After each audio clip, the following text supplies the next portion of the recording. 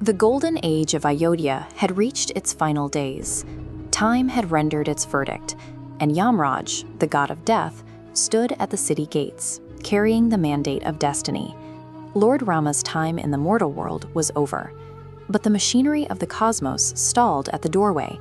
Death could not enter. Standing guard was Hanuman, and his devotion had transformed him into an immovable force of nature. He had vowed that no harm would come to his lord, and so the universe's timeline simply stopped. Inside the palace, Lord Rama sat on his throne, fully aware of the stalemate. He faced a difficult choice.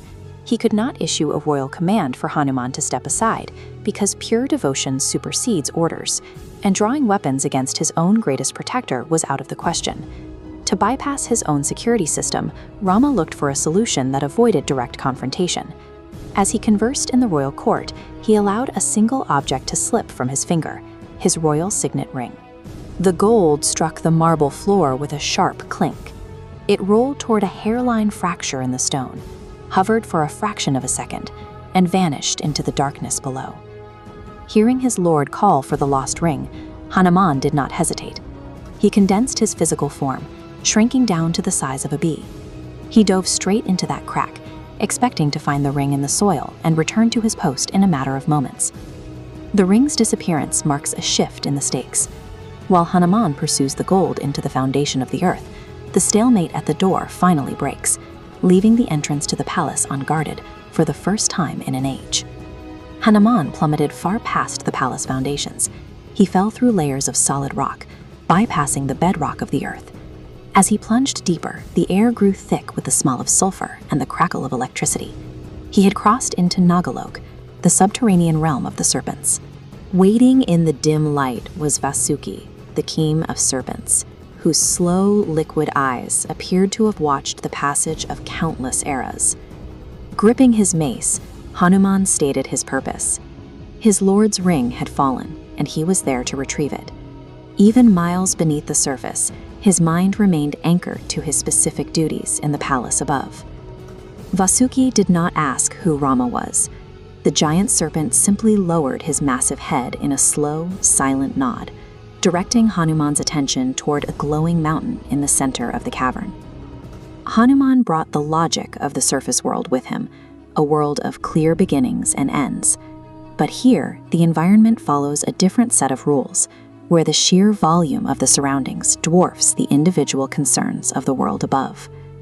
Approaching the structure, Hanuman assumed it was formed of jagged stone, or perhaps a hoard of coins. But as he stepped onto the shimmering slope, the true nature of the terrain came into focus. The entire glowing mountain was composed of millions of identical royal rings. Every piece of gold carried the exact same royal crest, and carved into every one was the same name, Sri Ram. Hanuman scooped handfuls of the endless gold rings, his mind struggling to process the sheer scale of the overwhelming sight.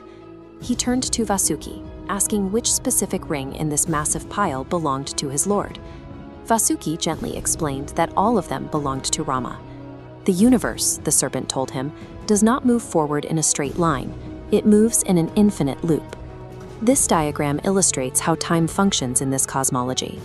Instead of traveling along a straight path from beginning to end, the cosmos moves along an endless circle. The universe is born, lives out its span, is destroyed, and is reborn to start the sequence again. Observing these cycles reveals how large-scale patterns dictate individual lives. In every loop, Rama is born and eventually departs. In every loop, a devoted Hanuman blocks the door to keep him there. And in every loop, a ring is dropped to create this moment.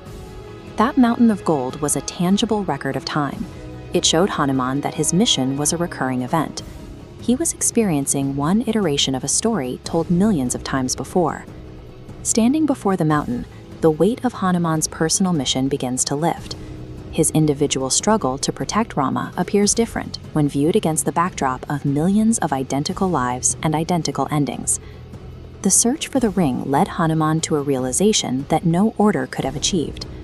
Rama used the descent to show his devotee that the departure from Ayodhya wasn't an isolated tragedy, but a necessary movement in a much larger clockwork. Rama was teaching a lesson in permanence.